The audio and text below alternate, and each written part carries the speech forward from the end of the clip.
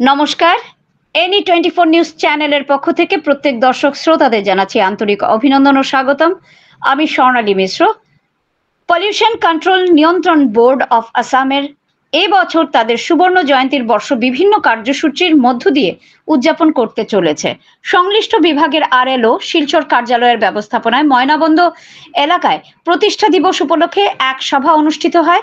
এতে স্বাগত বক্তব্য সংশ্লিষ্ট বিভাগের আরএলও কার্যালয়ের রিজিয়নাল কার্যনির্বাহী ভারপ্রাপ্ত বাস্তুকার অরবিন্দ দাস, সাউদার্ন সার্কেলের চিফ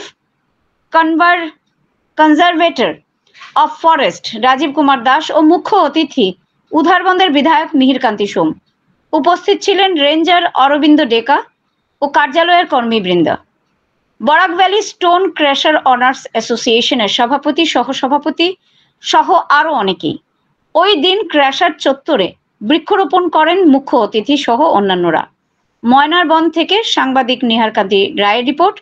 আপনারা দেখছেন এনি 24 চ্যানেল। এ ধরনের নিউজ দেখার জন্য আমাদের চ্যানেলটি সাবস্ক্রাইব করুন ও সঙ্গে থাকুন।